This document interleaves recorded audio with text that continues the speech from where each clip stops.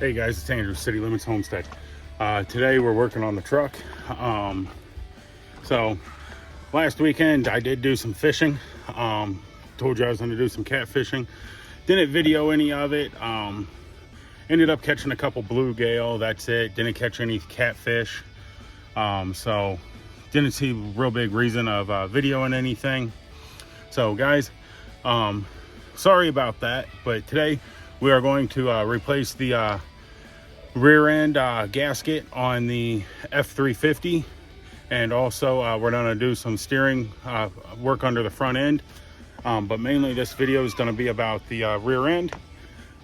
So yeah, let's get to work on it. All right guys, you got these tags right here. Those tell you what kind of rear axle you have. They tell you what kind of fluid you need in it, all of that stuff.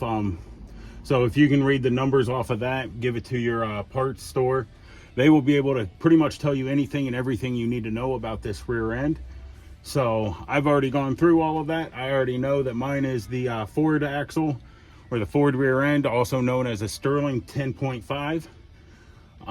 So I've got the gasket for that. I've got the fluid. Everything I need to know and need to worry about, I've got it I've got it figured out with this. So yeah, we're gonna pop over to the other side and find the fill tube and see if we can't crack it loose. All right guys, right here is where the fill spot is. That's where you put the juice in at. It's supposed to be a 3/8 drive. Put your 3/8 in there, and it's supposed to come right on out, kind of like so. What I do with mine is I take a 1/2 inch with a size down to a 3/8, because sometimes they are in a little bit tight. I've already cracked this one loose. The reason why you want to make sure that they come loose is because you don't want to drain the fluid out and not be able to get it back in. You make sure you can get it loose. It comes all the way out. Bring it all the way out, and then literally put it right back in. Doesn't have to be all the way in, just kind of put it in a little bit, kind of like so. And that way you know you can get the fluids back in. Another tip to do with that is if you got picks, or heck, you can use a toothpick or anything you can, make sure that's cleaned out on the inside. I did not, and you can see right up and in here when it focuses and the light's on it. You can see I kind of rounded it out a little bit. But as soon as I did that, I realized, hey, I got to clean it out so I can get in all the way. Got in all the way, didn't have an issue. So yeah, make sure you clean that out. Okay guys, some of the camera angles, because this is a tight area that I'm working in, might not be the best for you guys to see. Next thing I'm gonna do is I'm gonna figure out what size bolt I have here. I've got my drain pan under here already. I don't need it there yet. So just wanted to make sure it would fit. So I am gonna crack all of these loose by hand, and then I will use my impact to pull them out, and then I will show you guys how to break the seal. So we'll get to that in a second. All right guys, so I got all my bolts out. I can kind of see where I'm having an issue at already of why it's leaking, but you can see I've left one bolt in up here. Reason why I did that is because once I pop this open, it's gonna pour.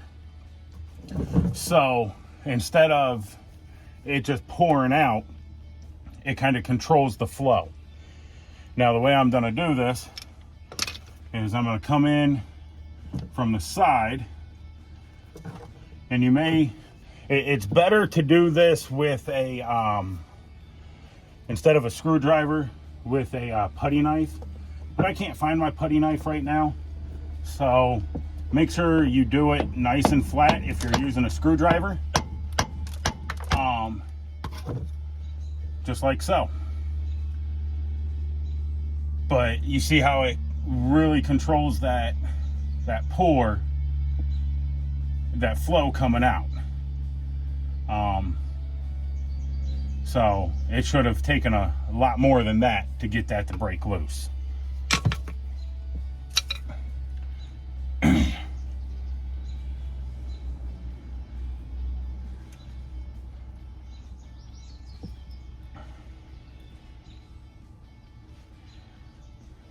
Now, if you want, you can stick your screwdriver back up and in. Make sure everything's out.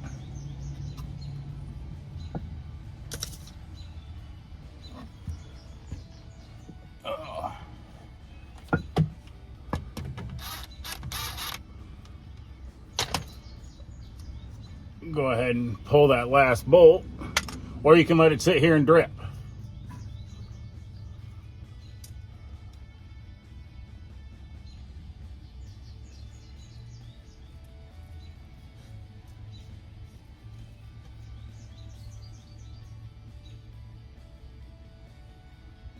I am really understanding now why it's leaking.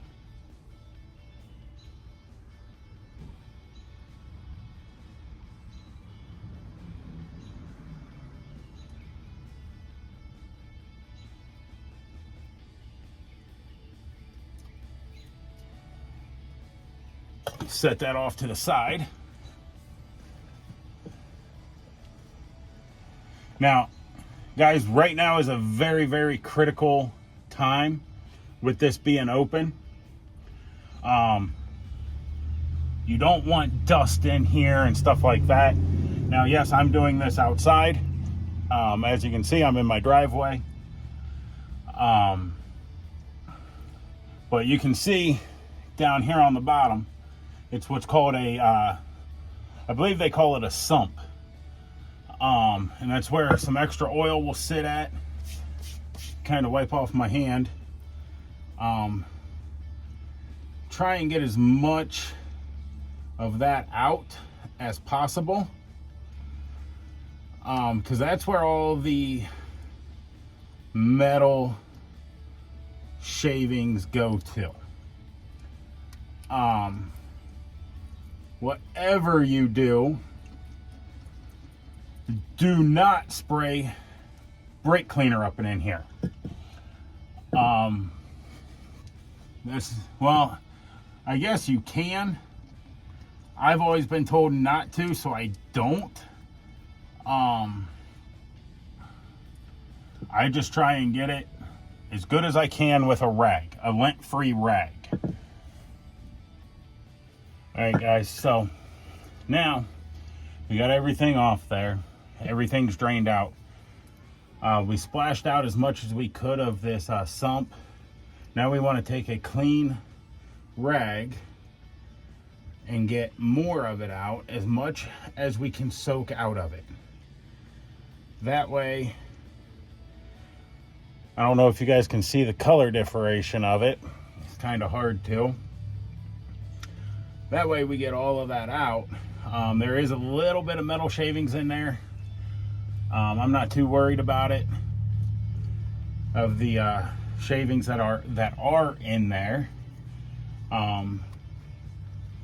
because it's not that horrible. So, but yeah. Now if there were chunks in there, like heavier chunks, then I'd be more worried about it. But what I'm seeing in here is more of a normal kind of thing. So yeah, because of that, I'm not too worried. So yeah. Yep. Now guys, like I said, I am using the let's move you here. I am going to use a paper gasket instead of the RTB stuff. The gasket maker, the person that did it before me ended up doing that. I'm not a huge fan of that stuff. So yeah, that is personal preference. If you want to use that stuff, you know how to use that stuff in the right way, by all means, go for it. Yes, I know some of you guys, it'll bother you, me not looking at the camera while I'm talking, but I'm trying to talk while I work here, get this kind of done. But, you know, if you know how to use that gasket maker stuff, go ahead and use it. I do know how to use it in some instincts or some cases. I'm just not, like I said, I'm not a huge fan of it. So I'm not going to use it. That is where, if you're doing this, it's your vehicle, your choice. You do as you please. So, yeah. All right, so I got this all cleaned out up and in here. I got the majority of it. I don't know if you guys can see. That's what it, you know, I'm talking about for metal shavings. That's not horrible when you've constantly got, you know, got it going on here like that. The next step that we're going to do is we're going to take a couple with this rag. We're done with it. We're not using that rag anymore. The next step that we're going to do is we're going to take some plastic bags here. This is how I like to do it. But I will take a plastic bag, shove it up and in there, kind of cover everything up.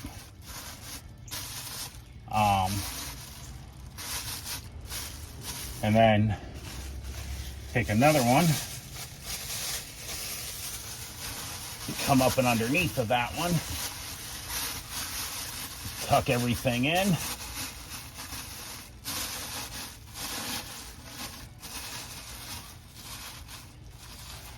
This will keep all the dust out and everything.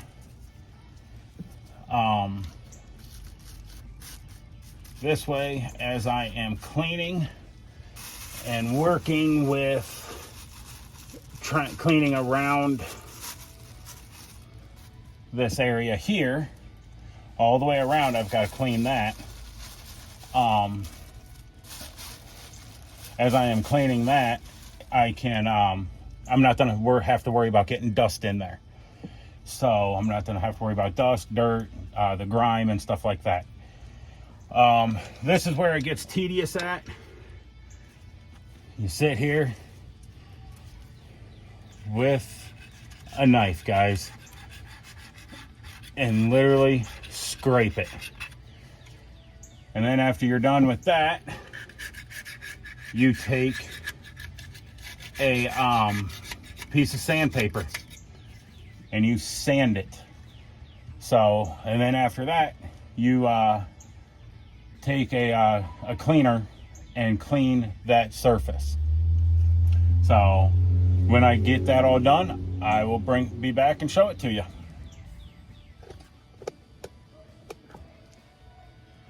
All right, guys, so I'm taking a little bit of alcohol here and putting it on a rag, and then I will take it. I'm gonna wipe this off here. Cleans up that surface real well. Sorry, my head was in the way. But yeah, you just come around, clean that up real good. Go to another part of your rag. And you just want to make sure that this is really clean in here. Just this metal ring, this outside ring of it.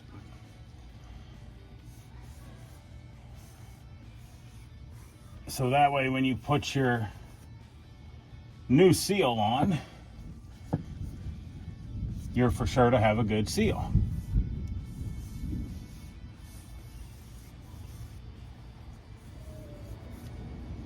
So just like so. Okay, so the way I do mine is a little bit different than, I'm sure, than everybody else. So I like taking my seal. While I had my cover off, I went ahead and cleaned it up as much as I could, and I painted it. So I just used whatever color I had. Makes it look a little bit better than a bunch of rust. So yeah.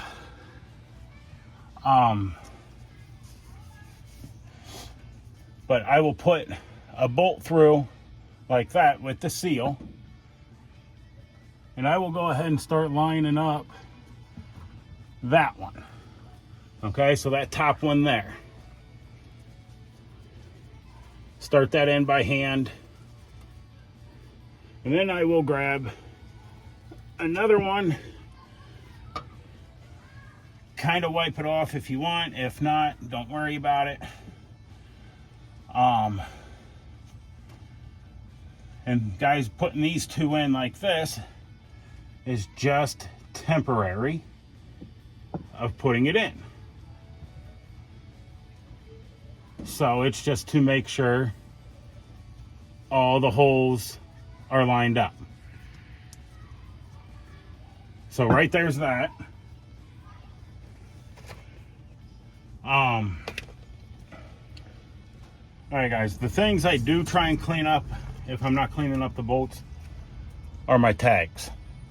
Okay, so what I'm gonna do now, I don't use it throughout the whole thing, but I do use it a little bit here, and it's just a little bit with this stuff. Goes a very long way when you're doing it for this. Just a little bit on the bolts, thread them in,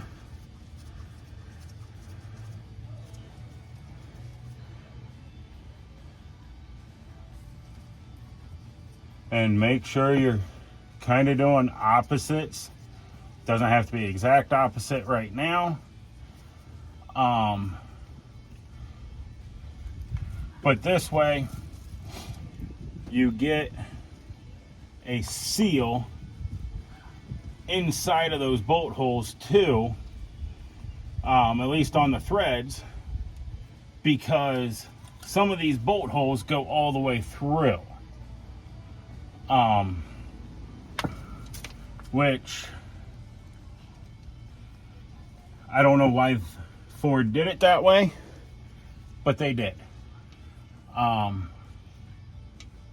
So make sure you get your tags back on and make sure you get them on the right way. Okay, yep.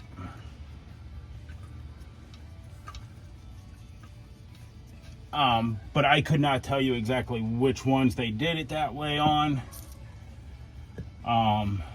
without actually having it open. So yeah.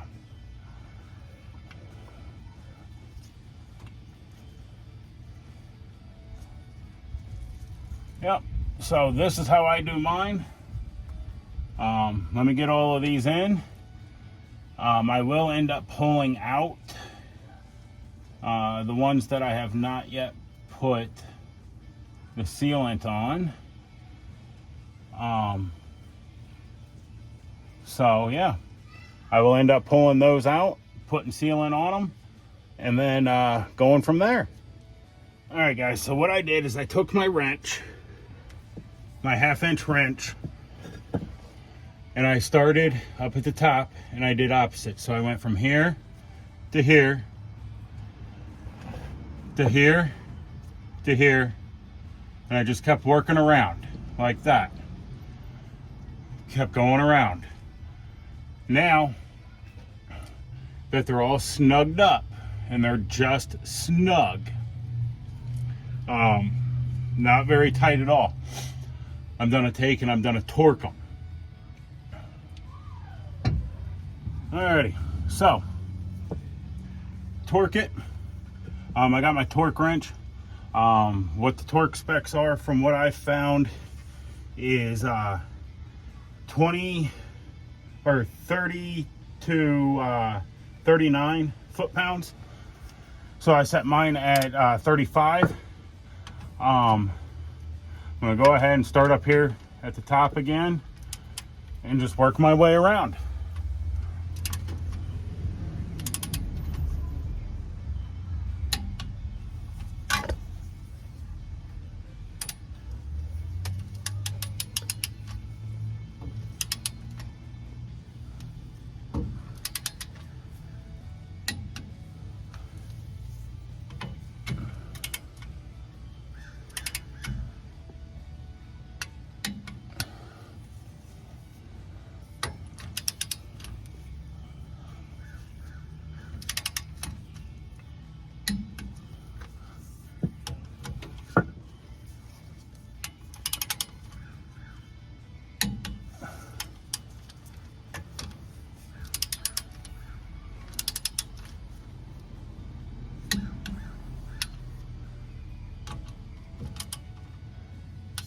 Already did that one.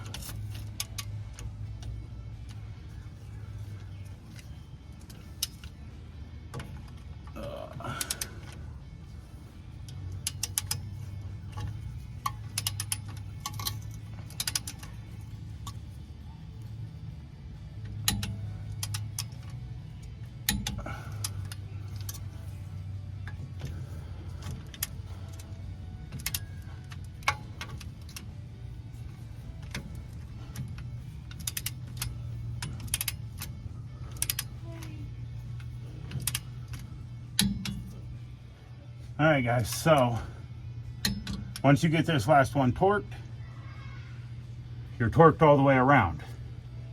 One thing I like to do just for good measure is I'll just go around and make sure everything is good.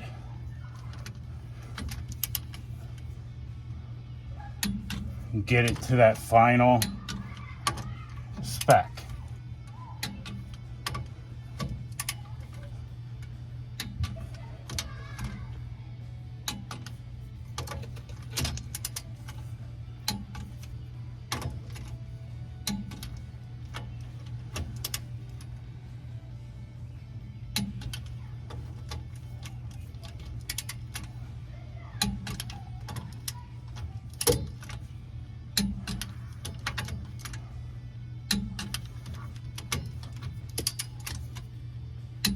Just like so.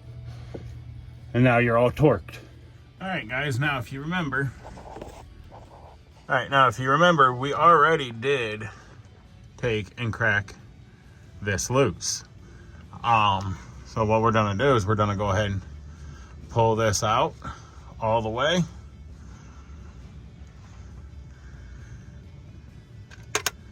Set it off to the side for now. We're gonna start filling it up. Let me get I'm trying to do it one-handed right now, so give me a second.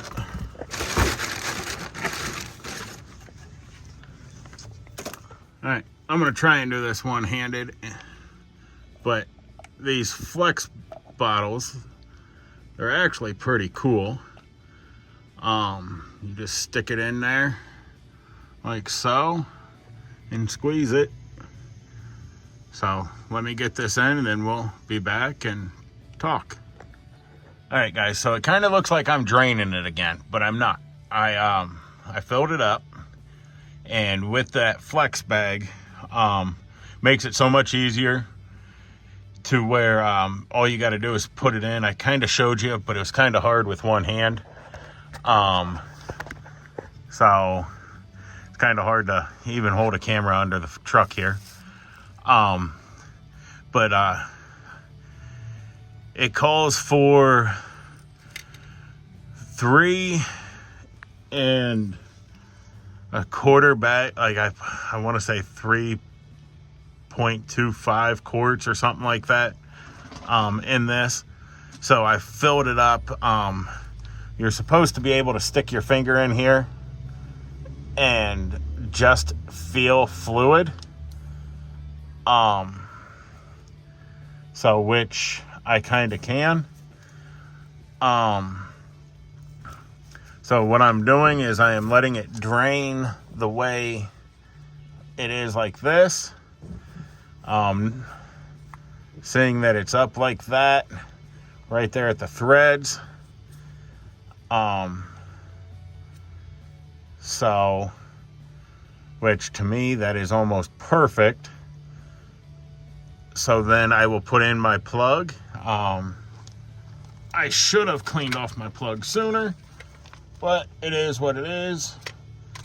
So I'll clean that off, which is just like a drain plug on your oil pan or whatnot. When you're changing your oil, you clean it off, make sure that there's no residual on it.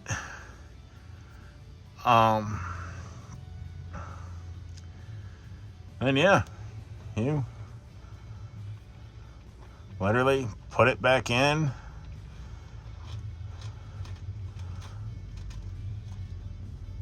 Just like what we did earlier.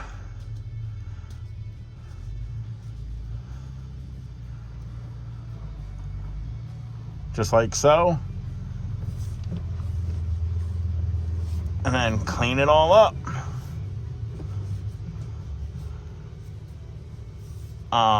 And then I will snug this up, and